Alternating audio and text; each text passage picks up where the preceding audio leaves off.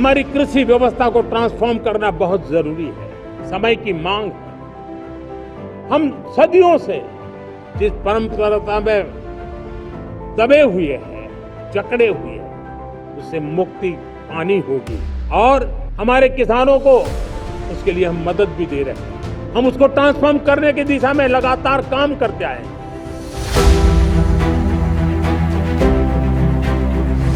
विकसित भारत का लक्ष्य ग्रामीण अर्थव्यवस्था, उसको सशक्त बिना किए बिना हम विकसित भारत का निर्माण नहीं कर सकते। और इसलिए रूरल इकोनॉमी के हर क्षेत्र को हमने स्पर्श करने का प्रयास किया है। और हम जानते हैं रूरल इकोनॉमी में खेती किसानी का बहुत महत्व रहता है। विकसित भारत के स्टार स्तंभों में हमारा किसान एक मजबूत स्तंभ है। बीते दशक में खेती के बजट में 10 गुना वृद्धि की गई है। 10 टाइम 2014 के बाद की बात मैं बताता हूं, और ये बहुत बड़ा जंप है। आज किसान को पर्याप्त खाद मिल रही है। कोविड का महासंकट आया, सारी सप्लाई चेन डिस्टर्ब हो गई, दुनिया में अनाप शनाप दाम बढ़ गए और परिणाम ये हुआ कि क्योंकि हम यूरिया पर डिपेंडेंट, हमें बाहर से लाना पड़ता है। आज भारत सरकार को जो बोरा यूरिया का 3,000 रुपए में पड़ता है, सरकार ने वो झेला और किसान को 300 से भी कम कीमत पर दिया है। 300 रुपए से कम। किसान को ज्यादा से ज्यादा फायदा हो, इसके लिए लगातार हम काम कर रहे हैं। किसानों को सस्ती खाद मिले, इस एक काम के लिए पिछले 10 साल में 12 लाख करोड़ रुपया खर्च किया गया है।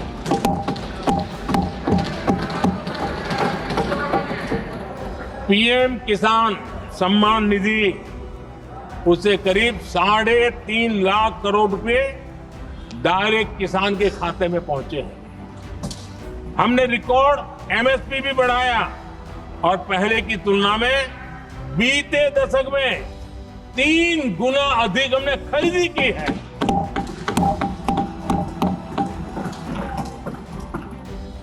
किसान को ऋण मिले, आसान ऋण मिले, सस्ता ऋण मिले, उसमें भी 3 गुना वृद्धि की गई है।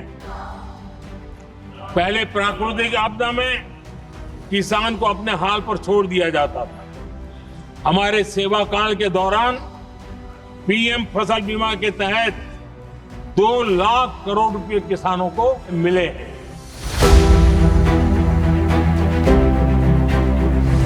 किसान के प्रोडक्ट और इंडस्ट्री की डिमांड के बीच कनेक्शन मजबूत कर रहे हैं। फसल, अनाज, फल, सब्जियां, उसकी बर्बादी कम करने के लिए केंद्र सरकार द्वारा प्रधानमंत्री किसान संपदा योजना, उसका आरंभ किया गया है।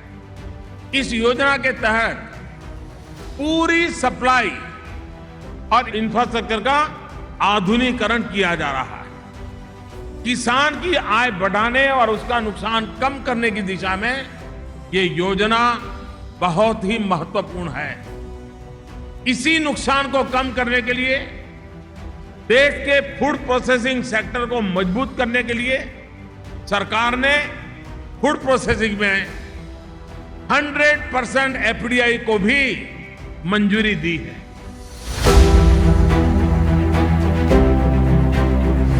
बीते वर्षों में हमने किसान उत्पादक संघों यानी एफपीओज, उसके निर्माण पर भी विशेष बल दिया है। अभी देश भर में 10,000 नए एफपीओज के निर्माण पर काम चल रहा है और इसमें से करीब 5,000 बन भी चुके हैं। ये एफपीओ छोटे किसानों को बड़ी ताकत देने वाले हैं। ये छोटे किसानों को मार्केट में बड़ी फोर्स बनाने के माध्यम है। बीज से लेकर बाजार तक हर व्यवस्था को छोटा किसान कैसे अपने पक्ष में खड़ा कर सकता है, कैसे बाजार की ताकत को चुनौती दे सकता है, ये उसका अभियान है। सरकार ने पैक्स के द्वारा भी एफपीओ बनाने का निर्णय लिया है। इसलिए सहकारी समितियों के लिए इस क्षेत्र में अपार संभावनाएं हैं। साथियों, कोऑपरेटिव सेक्टर किसान की आय बढ़ाने वाले दूसरे माध्यमों को लेकर सरकार के प्रयासों को भी ताकत दे सकते हैं। शहद का उत्पादन हो, ऑर्गेनिक फूड हो, खेत की मेड़ पर सोलर पैनल लगाकर अन्नदाता ऊर्जादाता बनाने का अभियान हो, बिजली पैदा करने का अभियान हो, सॉइल की टेस्टिंग हो, सहकारिता सेक्टर का सहयोग बहुत आवश्यक है।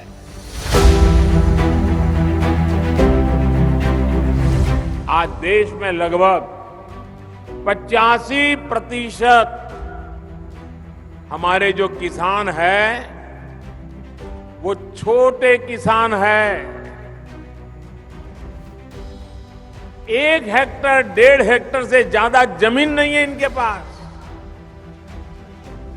और इतना ही नहीं, समय के साथ जब परिवार का विस्तार होता है, परिवार बढ़ता है, तो उतनी छोटे से टुकड़े के भी टुकड़े हो जाते हैं।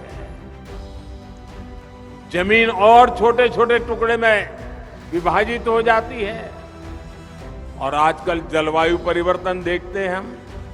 उसी प्रकार से अगर मिट्टी खराब होगी, अगर हमारी धरती माता की तबीयत ठीक नहीं रहेगी, हमारी धरती माता ही बीमार रहेगी, तो हमारी मां, उसकी उपजाऊ क्षमता भी घटेगी, पानी की सेहत खराब होगी, तो और समस्याएं होगी।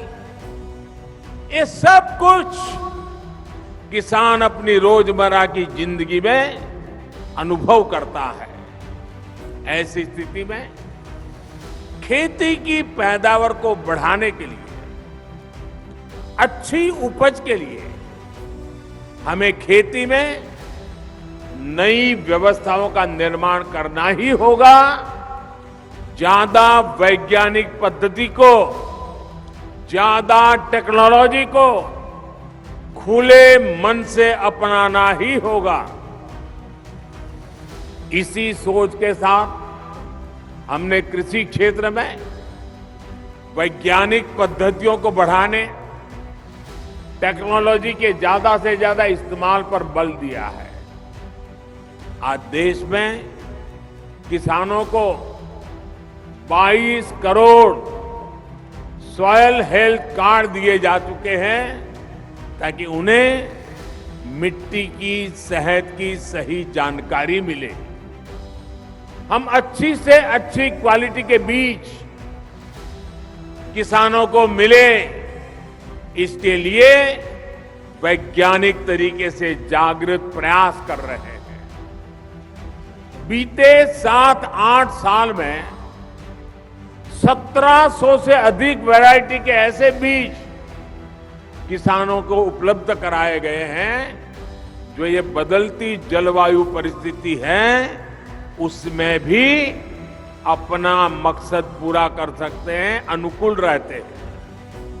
हमारे यहां जो पारंपरिक मोटे अनाज मिलेट्स होते हैं, उनके बीजों की गुणवत्ता बढ़ाने के लिए भी आज देश में अनेक हब्स बनाए जा रहे हैं।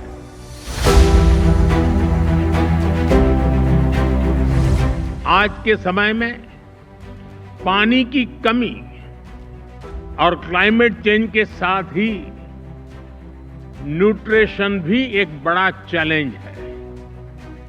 इसका सॉल्यूशन भी भारत के पास है। भारत मिलेट्स का दुनिया का सबसे बड़ा प्रोड्यूसर है, जिन्हें दुनिया सुपर फूड कहती है, और उसे हमने श्री अन्न की पहचान दी है। ये मिनिमम वाटर मैक्सिमम प्रोडक्शन के सिद्धांत पर चलते हैं। भारत के अलग अलग super foods global nutrition problem को एड्रेस करने में बड़ी भूमिका निभा सकते हैं। भारत अपने सुपर फूड की इस बास्केट को दुनिया के साथ साझा करना चाहता है। साथ ही भारत की पहल पर पिछले साल पूरे विश्व ने इंटरनेशनल मिलेट ईयर मनाया है।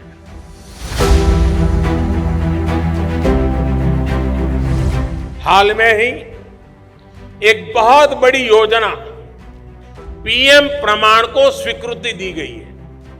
पीएम प्रणाम लक्ष्य ये कि ज्यादा से ज्यादा किसान केमिकल मुक्त खेती अपनाएं। इसके तहत वैकल्पिक खादों ऑर्गेनिक खाद के उत्पादन पर बल दिया जाएगा। इससे मिट्टी भी सुरक्षित होगी और किसानों की लागत भी कम होगी। इसमें सहकारिता से जुड़े संगठनों का योगदान बहुत अहम है। मेरा सभी सहकारी संगठनों से आग्रह है कि इस अभियान के साथ ज्यादा से ज्यादा जुड़िए। आप तय कर सकते हैं कि अपने जिले के 5 गांवों को केमिकल मुक्त खेती के लिए 100% हम करके रहेंगे। 5 गांव, और उन 5 गांवों में किसी भी खेत में 1 ग्राम भी केमिकल का प्रयोग नहीं होगा, ये हम सुनिश्चित कर सकते हैं। इससे पूरे जिले में इसको लेकर जागरूकता बढ़ेगी, सबका प्रयास बढ़ेगा।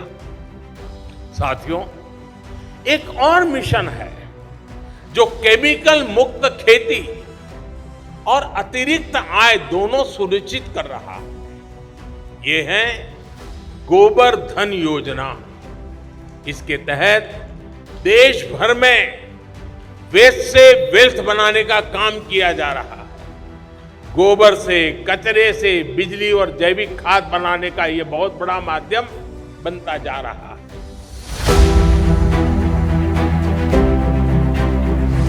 आज आसान ऋण दे रहे हैं किसानों को, टेक्नोलॉजी की मदद दे रहे हैं। किसान जो पैदावार करता है उसको वैल्यू एडिशन के लिए हम काम कर रहे हैं। उसके लिए मार्केटिंग के लिए पूरा प्रबंध करते हैं ताकि उसको एंड टू एंड हर जगह पे हैंड होल्डिंग की व्यवस्था हो। उस दिशा में हम काम कर रहे हैं। आज जब धरती माता के प्रति सारा विश्व चिंतित है, जिस प्रकार से उर्वरक के कारण हमारी धरती माता की शहद दिनों दिन बिगड़ता जा रही है, हमारी धरती माता की उत्पादकता क्षमता खत्म होती चली जा रही है, कम होती चली जा रही है। और उस समय मैं मेरे देश के लाखों किसानों का आभार व्यक्त करना चाहता हूं, जिन्होंने प्राकृतिक खेती का रास्ता चुना है और हमारी धरती माता की सेवा करने का भी उन्होंने बीड़ा उठाया है।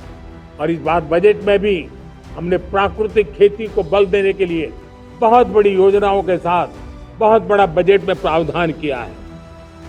मेरे प्यारे देशवासियों, आज दुनिया की स्थिति में देखता हूं, पूरा विश्व होलिस्टिक हेल्थ केयर की तरफ मुड़ा है और तब उनको ऑर्गेनिक फूड ये उनकी प्रथम पसंद बनी है। आज विश्व के लिए ऑर्गेनिक फूड का अगर कोई फूड बास्केट बन सकता है तो मेरे देश का किसान बना सकता है, मेरा देश बन सकता है। और इसलिए हम आने वाले दिनों में उस सपने को लेकर के आगे चलना चाहते हैं ताकि ऑर्गेनिक फूड की जो विश्व की मांग है, उस ऑर्गेनिक फूड का बास्केट हमारा देश कैसे बने, किसानों का जीवन आसान बने, गांव में टॉप क्लास इंटरनेट कनेक्टिविटी मिले, किसानों को स्वास्थ्य सुविधाएं मिले, किसान के बच्चों को पढ़ने के लिए स्मार्ट स्कूल अवेलेबल हो, किसान के बच्चों को रोजगार उपलब्ध हो। छोटे छोटे खेती के टुकड़ों पर पूरा परिवार आज जीना बड़ा मुश्किल हो रहा है, तब उनके नौजवानों के लिए वो स्किल मिले ताकि उनके नए रोजगार मिले, नए आय के साधन बने। इसका एक कॉम्प्रिहेंसिव प्रयास हम कर रहे हैं।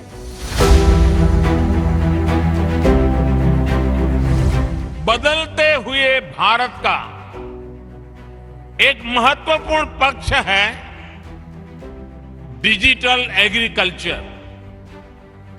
यह हमारा फ्यूचर है और इसमें भारत के टैलेंटेड युवा बहुत बेहतरीन काम कर सकते हैं।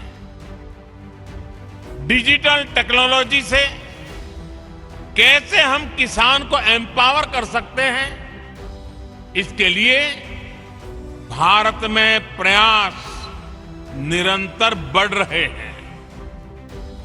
क्रॉप असेसमेंट हो, लैंड रिकॉर्ड्स का डिजिटाइजेशन हो, ड्रोन के माध्यम से इंसेक्टिसाइड्स और न्यूट्रिएंट्स की स्प्रेइंग हो, ऐसी अनेक सर्विसेज में टेक्नोलॉजी का उपयोग, आर्टिफिशियल इंटेलिजेंस का उपयोग बढ़ाया जा रहा है।